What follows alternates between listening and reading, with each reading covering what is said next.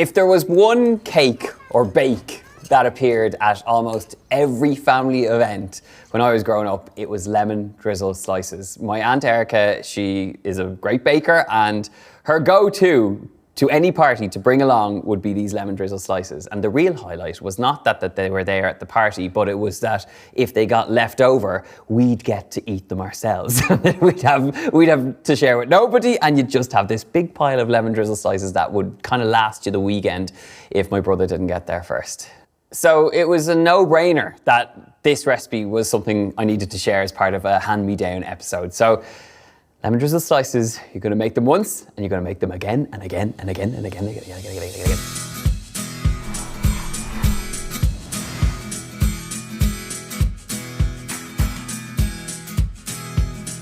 Oven preheated, I'm gonna line my tin, but first I need all the ingredients for this. Grab the mixing bowl and add the self-raising flour, caster sugar, baking powder, and a pinch of salt. Give it a mix and make a well in the center. The beauty of this batter is that it's all in one, so everything goes in and gets mixed. Add eggs to the butter along with the milk and the zest of 3 lemons. That's all the ingredients in, time to mix.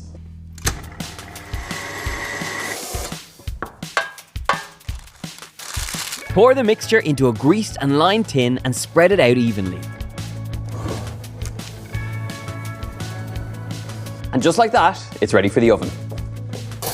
We're going to bake that for 35 minutes at 160 degrees Celsius. That's the cake part done, but this cake is all about the icing. Add the sugar to a mixing bowl along with the zest of 1 lemon. The reason I've squeezed it into a jug is to allow myself to add only a little bit at a time. Too much liquid here is going to leave you with too thin an icing. Slowly whisk in the lemon juice until you have a nice thick drizzle. When the cake is completely cool, drizzle and spread that lemony icing over the top. If you can have a bit of patience, this is the moment where you need to let this set before you cut it. Or if you're anything like me, you just gobble it up straight away.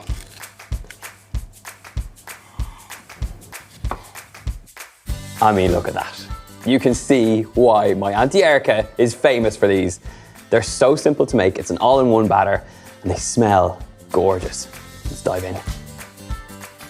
in. Really moist, really fragrant.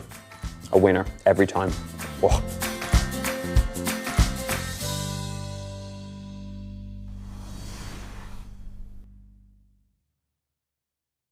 Guys, you are in for a treat today because not only am I in the kitchen, but I'm joined by a very special guest. It's my mom! Hi everyone! I know, she's so excited. Would you make this when I was coming home from school? If there's one recipe that I think my mum is best known for, it's her coq au vin blanc.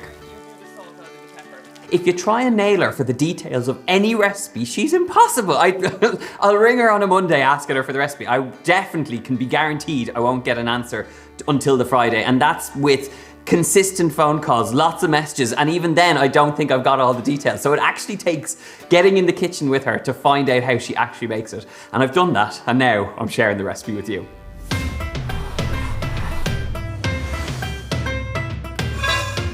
No messing around with this one. Get some vegetable oil on a high heat and season the pan with salt and pepper.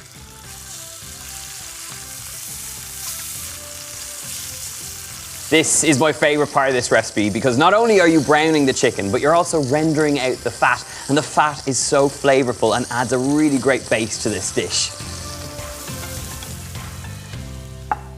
Reduce the heat and get in there with some butter. When it starts to foam, add the bacon. And while it fries, chop some onions and garlic and add them too.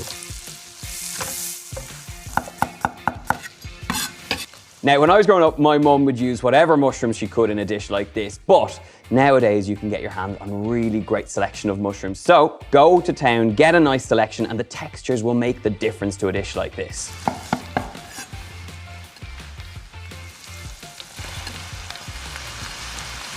Traditionally, coq au vin is made with a full-bodied red wine, but there's always been a spare bottle of white wine in our house, so Pour in the white wine and put the chicken back in along with some sprigs of fresh thyme. Simmer on a low heat for 45 to 50 minutes. you could serve the chicken as it is at this point, but to make it even more rich and indulgent, some double cream. Finish with some freshly chopped parsley. I want to show you just how tender that chicken is. It's literally falling off the bone, and it's the sort of thing that you want to have all that creamy sauce with. It's my mum's recipe, and I come back to it every time because it always gives great results.